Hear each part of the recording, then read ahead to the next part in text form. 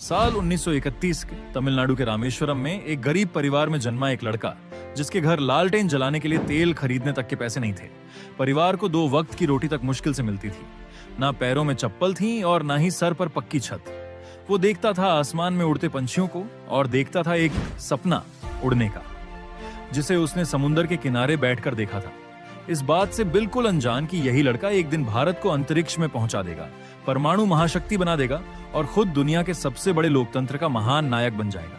ये कहानी है इंडिया के missile man, Bharat Ratna doctor APJ Abdul Kalam जी की। एक ऐसी शख्सियत जिसके 0 हेटर्स थे, जिनके मुंह से निकला हर एक शब्द आज के युवा के लिए सबसे बड़ी सीख है और जिनका पूरी दुनिया इतना सम्मान करती थी कि 26 मई 2005 को जब कलाम साहब ने स्विट्जरलैंड में कदम रखा ना, तो उनके सम्मान में वहां की गवर्नमेंट ने उस दिन को साइंस डे डिक्लेयर कर दिया। लेकिन क्या आप जानते हैं कि एक छोटे से कमरे से निकलकर भारत के प्रेसिडेंट बनने तक का उनका सफर इतना मुश्किल था कि कोई आम आदमी बीच में ही दम तोड़ दे। इनफैक्ट कलाम साहब ने भी एक बार अपनी जान लेने की कोशिश की थी। आज हम सर APJ अब्दुल कलाम जी की इसी स्ट्रगल स्टोरी के बारे में बात करेंगे, जो आपको हर मुश्किल से लड़ने की हिम्मत देगी। कलाम का जन्म 1931 में रामेश्वरम में एक बेहद गरीब परिवार में हुआ था।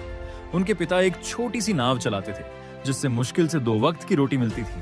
एक छोटे से कमरे वाले घर में कलाम अपने 4 भाई बहन और माता पिता के साथ रहते थे और शाम होते ही उनके घर घना अंधेरा छा जाता था। बस जो हल्की सी रोशनी आती थी वो होती थी चांद की रोशनी, और कभी कभार लालटेन जलाने के लिए तेल खरीदा जाता था, जिसका भरपूर इस्तेमाल वो रात में पढ़ाई के लिए किया करते थे। और उनके माता पिता भी खुद अंधेरे में बैठकर अपने बच्चों को पढ़ने के लिए लालटेन दे देते थे। बचपन से ही कलाम को सीखने में बहुत दिलचस्पी थी। जब 8 साल की उम्र में उन्हें पता चला कि उनके गांव से कई किलोमीटर दूर एक ऐसे टीचर हैं जो 5 साल के बच्चों को फ्री में गणित पढ़ाते हैं, लेकिन उनका एक नियम था कि वो सुबह 4 बजे से 5 बजे के बीच सिर्फ उन बच्चों को पढ़ाएंगे जो नहा कर आएंगे। तभी 8 साल के कलाम ने ठान लिया कि वो मैथ्स तो सीख कर रहेंगे। ऐसे में ठंडी हो, गर्मी हो या बारिश, वो हर सुबह ठंडे पानी से नहाकर और तैयार होकर मास्टर जी के पास पढ़ने चले जाते थे और बहुत जल्द वो सीखने की प्रक्रिया को मास्टर करने लगे। लेकिन वो सिर्फ पढ़ाई से संतुष्ट नहीं थे, वो परिवार की मदद करना चाहते थे। इसीलिए 10 साल की उम्र में उन्होंने पूरे गांव में अखबार बांटना शुरू कर दिया। कलाम साहब हर सुबह अपनी साइकिल पर रेलवे स्टेशन जाते, वहां से दीनामनी नाम के अखबार कलेक्ट करते और पूरे गांव के घर घर में अखबार पहुंचाते। इस दौरान भी वो चलते चलते पूरा अखबार पढ़ लेते थे।